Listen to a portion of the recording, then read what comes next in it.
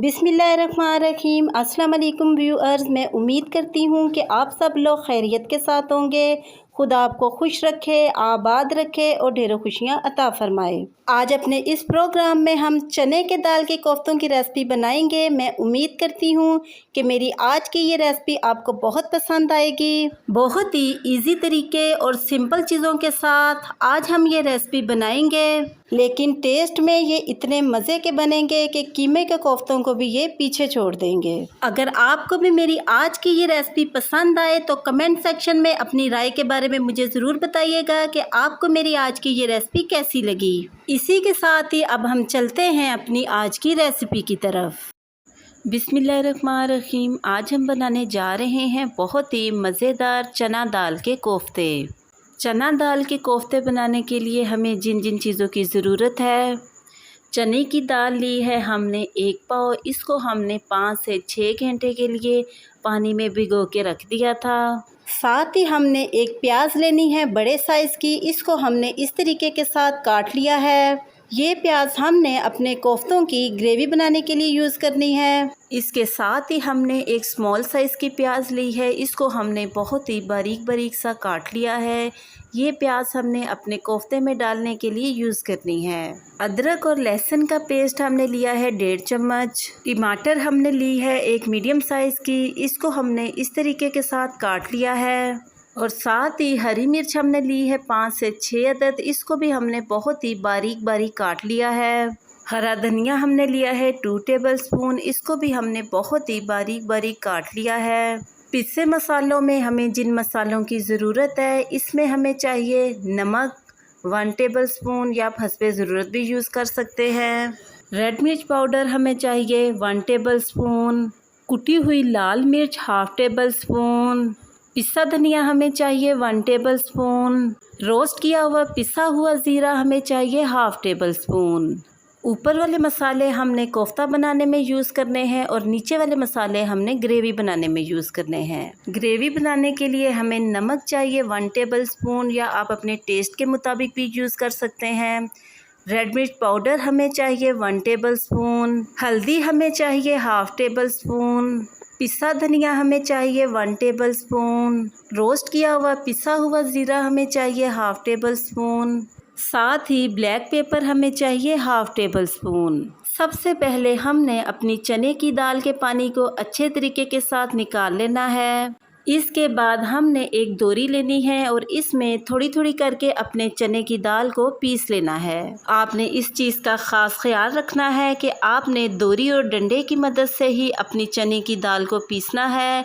आपने ब्लेंडर या किसी भी मशीन का इस्तेमाल नहीं करना, क्योंकि जो रिज़ल्ट दोरी और डंडे से पीसने के बाद हमें मिलेगा वो हमें ब्लेंडर के इस्तेमाल के बाद नहीं मिलेगा। इसलिए बहुत ज़रूरी है कि आपने अपने चने की दाल को हाथों की मदद से इस तरीके के साथ पीस लेना है। 5 से 6 घंटे चने की दाल भिगोने से ये बहुत सॉफ्ट हो चुकी है, इसलिए बहुत ही आसानी के साथ ये डंडे के साथ पीस जाएगी। आप देख सकते हैं कि हमने बहुत ही आसानी के साथ अपने चने की दाल को इस तरीके के साथ पीस लिया है। इस स्टेप पे हमने अपने चने की दाल में 1 टेबल स्पून अदरक और लहसुन का पेस्ट ऐड कर देना है, और साथ ही हमने 1/2 बारीक कटी हुई हरी मिर्चें ऐड कर देनी है, और 1/2 हरी मिर्चें हम बाद में यूज़ करेंगे। और साथ ही हमने बारीक कटी हुई प्याज ऐड कर देनी है। आपने इस बात का ख़ास ख्याल रखना है कि आपने कोफ्ते की प्याज को बहुत ही बारीक काटना है। हमारे कोफ्ते की प्याज जितनी बारीक कटी हुई होगी, इतनी ही हमारे कोफ्ते की बाइंडिंग अच्छी होगी। साथ ही हमने बारीक कटा हुआ हरा धनिया ऐड कर देना है। ऊपर वाला मसाला जो हमने अपने कोफ्तों के लिए तैयार किया था, इसको हमने अपनी दाल में इस तरीके के साथ ऐड कर देना है। आप भी चने की दाल की कोफ्तों की रेसिपी को ज़रूर ट्राई कीजिएगा। आपको भी यकीनन मेरी ये रेसिपी बहुत पसंद आएगी। अपने तमाम मसालों को दाल में ऐड करने के बाद हमने हाथों की मदद से इन सारी चीज़ों को बहुत ही अच्छे तरीके के साथ मिक्स कर लेना है।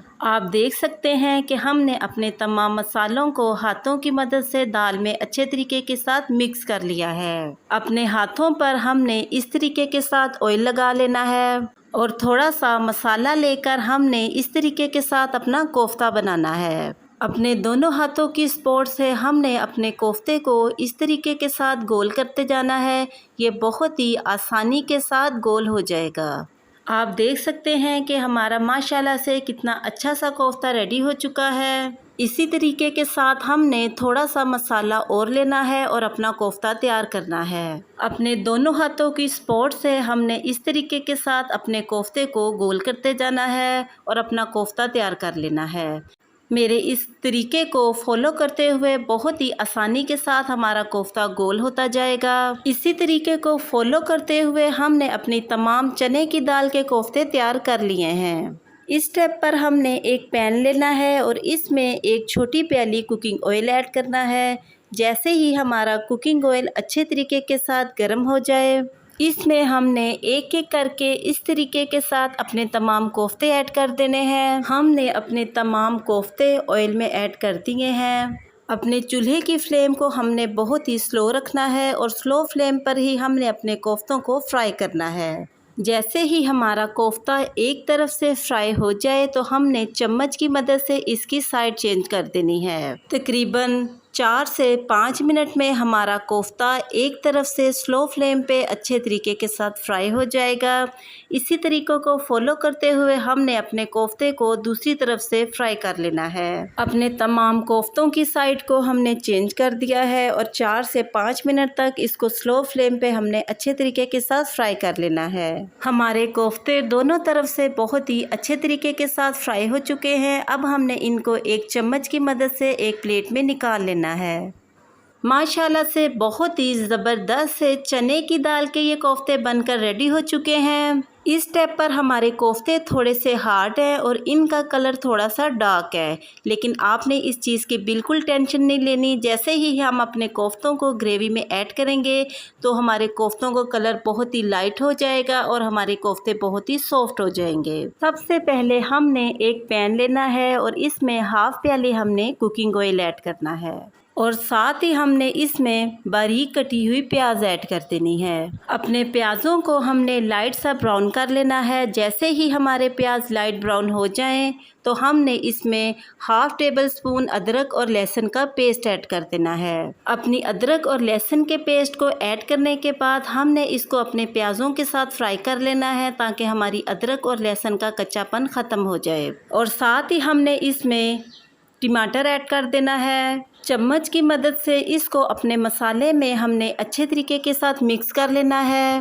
ग्रेवी बनाने के लिए हमने जो मसाला तैयार किया था इसको भी हमने इस तरीके के साथ अपने मसाले में ऐड कर देना है। चम्मच की मदद से इसको हमने मिक्स कर लेना है और लो फ्लेम पे 5 से 6 मिनट तक हमने इसको पकाना है। 5 से 6 मिनट के बाद हमारे मसाले की ये फाइनल लुक बनकर रेडी हो चुकी है। एक जूसर का जग लेकर हमने अपने मसाले को इसमें ऐड कर दिया है और इसको अच्छे तरीके के साथ हमने पीस लेना है। अपने मसाले को जूसर में पीसने के बाद हमारा मसाला इस शक्ल में रेडी हो जाएगा। मीडियम फ्लेम पे हमने अपने मसाले को 2 से 3 मिनट तक पका लेना है और साथ ही हमने अपने मसाले में हाफ लीटर पानी ऐड कर देना है। पानी ऐड करने के बाद हमने अपने पैन को ढक्कन की मदद से कवर कर देना है। पानी आप अपने टेस्ट के हिसाब से भी ऐड कर सकते हैं कि आपने अपने कोफ्तों की ग्रेवी कैसी रखनी है।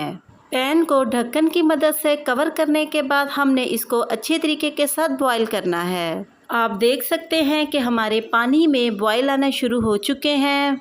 उबलते हुए पानी में हमने इस तरीके के साथ अपने तमाम कोफ्ते ऐड कर देने हैं। चम्मच की मदद से इनको अच्छे तरीके के साथ मिक्स कर लेना है और ढक्कन की मदद से 7 से 8 मिनट के लिए अपने कोफ्तों को कवर कर देना है। 7 से 8 मिनट गुजर चुके हैं और हमारे कोफ्ते बिल्कुल रेडी हो चुके हैं। अपने टेस्ट के मुताबिक आपने इसकी ग्रेवी रखनी है कि जितनी ग्रेवी आप चाहते हैं। लास्ट पे हमने हाफ टेबल स्पून इसमें रोस्ट किया हुआ ज़ीरा ऐड कर देना है और साथ ही हमने बारीक कटी हुई हरी मिर्चें ऐड कर देनी है।